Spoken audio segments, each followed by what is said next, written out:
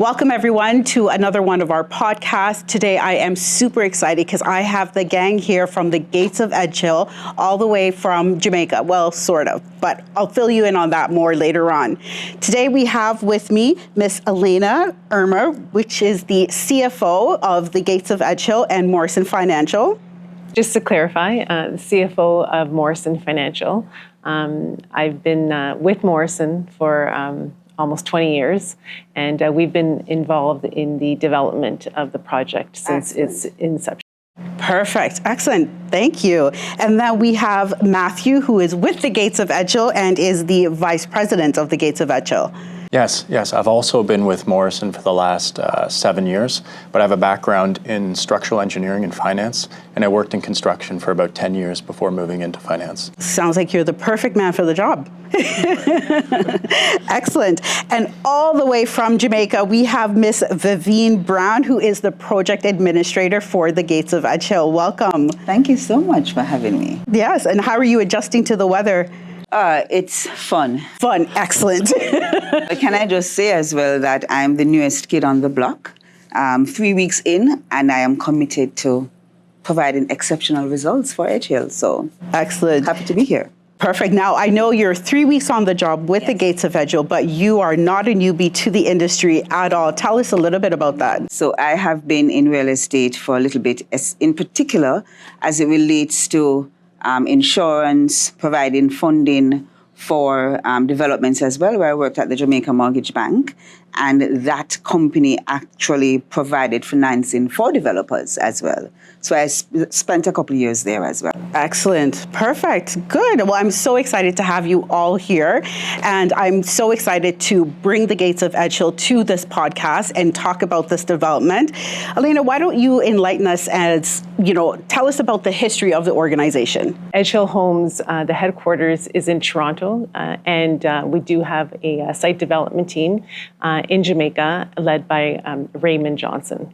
Excellent. Great. Well, the images are just stunning. Seeing it live is even better. Matthew, talk to us a little bit about the development. Sure, yeah. Just to add on to that, sure. Actually, Raymond and Viviane worked together in the past, and that's how we came together. Yes. So we have, a lot of experience between the two when it comes to that. And then just one of the focuses of Viviane is customer service. So part of the development and everything to do with it, we're trying to bring what we focus on Canada and developments that we would see up here down to Jamaica. So you get sort of that North American / European experience when it comes to the look, feel of the development. But the site's actually across 3 phases. So it consists of 294 lots, which would just be the residential lots. Mm-hmm. It doesn't include things like the green spaces. There's an area for a clubhouse with a pool and a playground. But right now, we're focused on phase 1 and bringing that to completion. So phase 1 consists of about 108 homes. Of that, we're about 75% sold out, so we're moving towards completion, and we'll have about 70 people living on site in the next 2 months. So we're excited to see how the community shapes up, and we're in constant dialogue with the owners. So we had a meeting with them just last night, actually, and they were giving us some very positive feedback, which is good.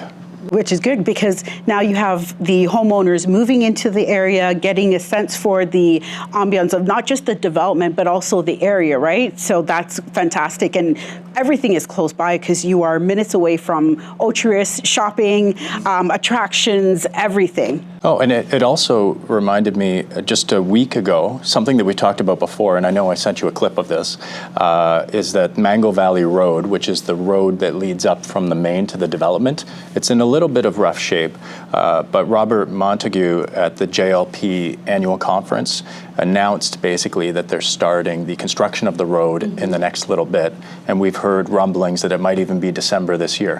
Oh, excellent. So the ride up will be very smooth, and it's not even 10 minutes from the highway. Just 1.8 kilometers. 1.8 kilometers up. Excellent. No, that's perfect. So, I mean, you touched on the road. We see that the development was launched a few years ago. And Elena, I'm not sure if you can speak to this, but what were some of the reasons for the delays on the project? Well, one of the major reasons is we all had to deal with the pandemic, and so unfortunately that had a little bit of stumbling blocks along the way. But now we're have all the titles for all the units. We're handing over the units to the purchasers, and so it's going really, really, really good. Oh, excellent. And that's great. So now we've got almost 80% of phase one sold out. It's approaching that, yeah. Which is great. Yes. So things are definitely moving along quite quickly. Oh, that's excellent. Now, one of the things that's near and dear to my heart is your community initiative. And I know that you have built into the contract where every homeowner, a part of the fee goes, 100% of that fee goes to the building of the Buscabel Primary School. Yeah, no, that's amazing. I like to see where developments are coming into the community, not just to build the development, but giving back to the community. And that's dear to my heart because I was also a student of Buscabel Primary. So kudos to you. Excellent. Full circle. Absolutely. Absolutely. So Viviane, now that you are on site and 3 weeks in, I know you are very familiar with the project. Why don't you give us some details about the homes that are in Edgehill? Okay, so at the Gates of Edgehill, we offer two types of models. So we have the Diana and then we have the Elizabeth, and both has distinct features. So in terms of the similarities, we have 3 bedrooms. So comprising the 3 bedrooms, we have a master bedroom, a lovely walk-in closet, females, I know you're excited about that, lots of room, and we have a private ensuite bathroom as well. For the standard bedrooms, though, they share a bathroom. And it's a modern type bathroom. Nothing for you to say, oh, I'm not having my master bedroom with my ensuite. Yes. It's just as great. And then what we have in the living, dining, kitchen, it's an open concept, which I think is really lovely because it allows for that natural lighting and entertainment and flow. Listen, beautiful. Yeah. So that's that part of it. We also have, in terms of the cabinetry, is beautiful. Have you seen the cabinetry? Beautiful. Have you seen that? And I think you have 2 different options, right? For the cabinetry, a lighter shade and a darker. Yes, and it works perfectly. And then let me tell you a little bit more about the utilities or the essentials that you will need. What we've done is to make things so much easier for our homeowners in that we've equipped the place for electricity, for your water, your telephone, your cable, and even AC units as well. While we're not giving you the AC units, the provisions. So all the piping and so forth, electronic is there. And that works perfectly, especially for, it's the tropics. You're going to need some of that as well. And then we have a 650-gallon water tank for every single home. Excellent. And for me, that is golden because you need that reliable backup water supply in the event that water goes. It happens from time to time. And that's across the island, not just common to Gatesville. Yes, it's across the island. And I think what Edgehill, what we've done is so beautiful because we've thought about everything. All the risk factors and how can we now mitigate against that. So these are some of the measures that we've taken. But let me say that there are some distinct features as well. So the Diana is a little smaller than the... And I have to say, when you say smaller, it's still over 1,600 square feet, which is amazing. I was about to get to that. It's 1,658. So that's 1,658 square feet, while the Elizabeth is 1,904.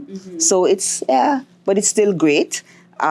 In terms of the kitchen area for the Diana, it has an island shape, while the Elizabeth has a U shape. So that's the difference there. And then another, I'm excited, guys. I'm excited, right? So for the entryway for the Diana, it's a double doorway, and it adds to some grandeur. It just gives that lovely feel, but not to say that the single entry on the Elizabeth side, which is a little bit simpler and sleek and, sophisticated. So we're not losing anything on that. Let me see, there's another that I think I should talk about in terms of the difference is the den.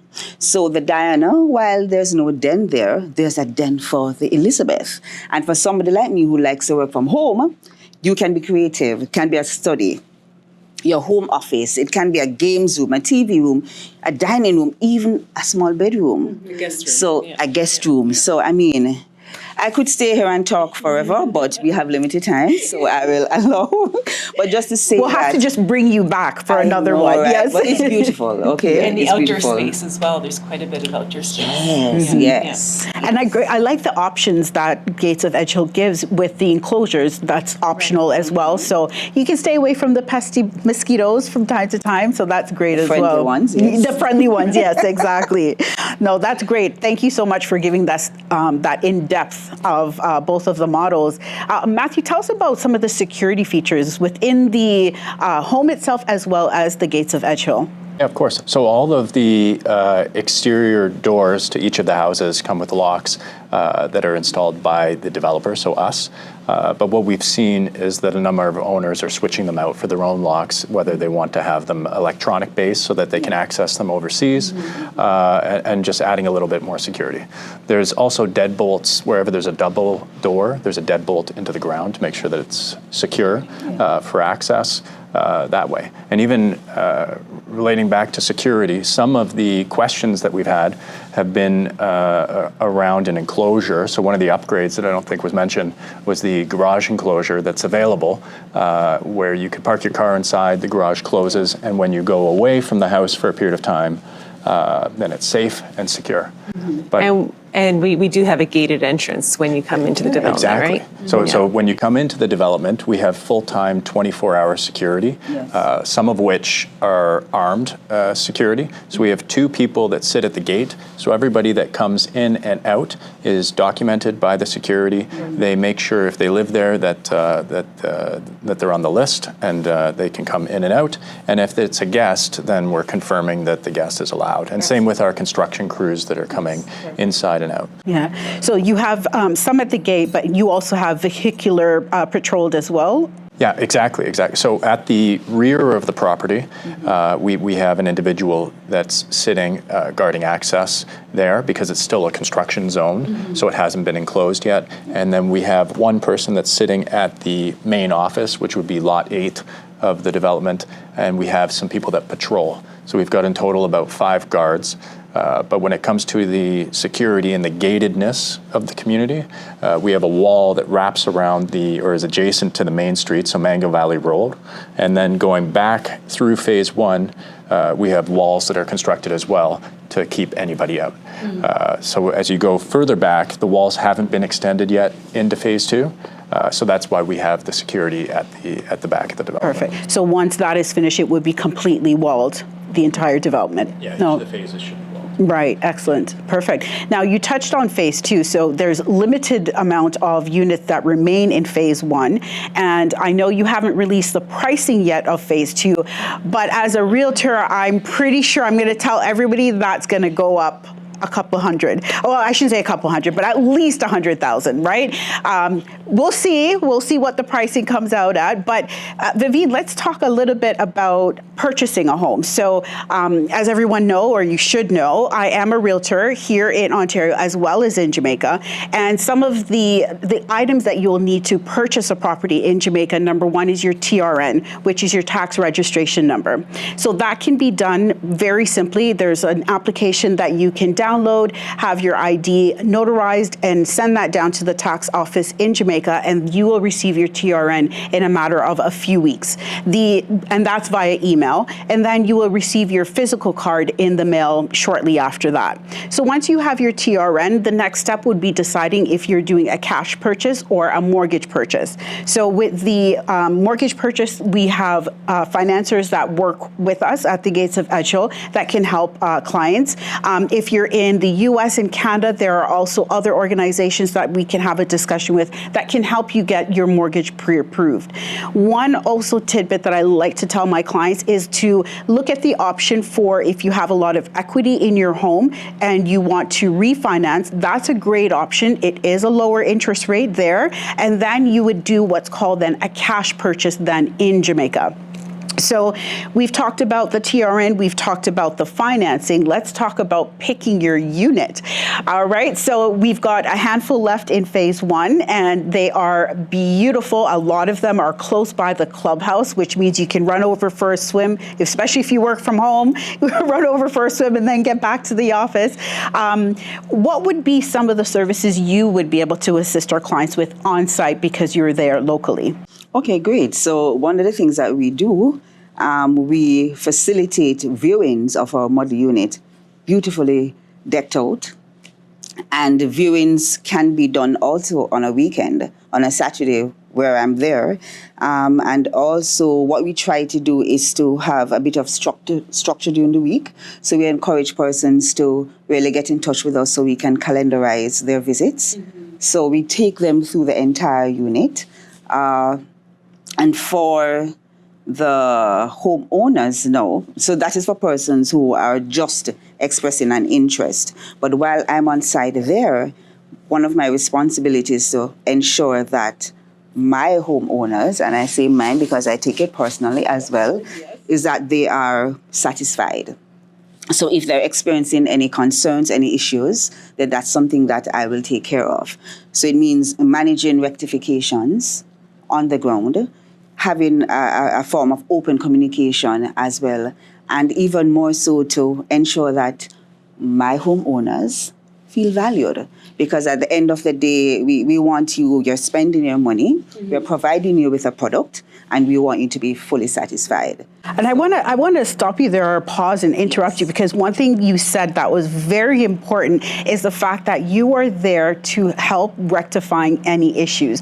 And that's one of the things where, especially persons within the diaspora that have purchased anything outside of any island, sometimes that level of services is not what they're quite used to. And I know the Gates of Edgehill gives a 6-month warranty, which is well within what is standard, or no, I shouldn't say standard, above standard in Jamaica, but you being on site to help them, to arrange the workmen to come in and get that job done adds to that value, because then it's not the homeowner running around trying to, get the tradespeople in to do the job. So that's great. Yes. Yeah. And being on property as well allows me to experience what they're experiencing. So I'm able to empathize. I'm able to understand in a real way what is happening. Yes. And so it just makes everything much better in my mind. So, yeah. Good. Any last minute thoughts or additions you want to add in there? I'm just excited to see the road done, to be honest. and with that, we're going to be updating the front entrance. So we'll be bringing in probably new gates that are automated. So we're working on sourcing those now. And then we're going to be redoing the wall coloring and just bringing it up to more of an updated feel. So we're excited about that too. Lovely. Excellent. I can't wait to see it all finished, and happy homeowners, which you already have some, but more happy homeowners. Excellent. I want to thank you guys so much for coming in today and sharing more information on the Gates of Edgehill in St. Mary, Jamaica. Thank you for watching. This is Lisa Rutti, your local realtor with Global Reach.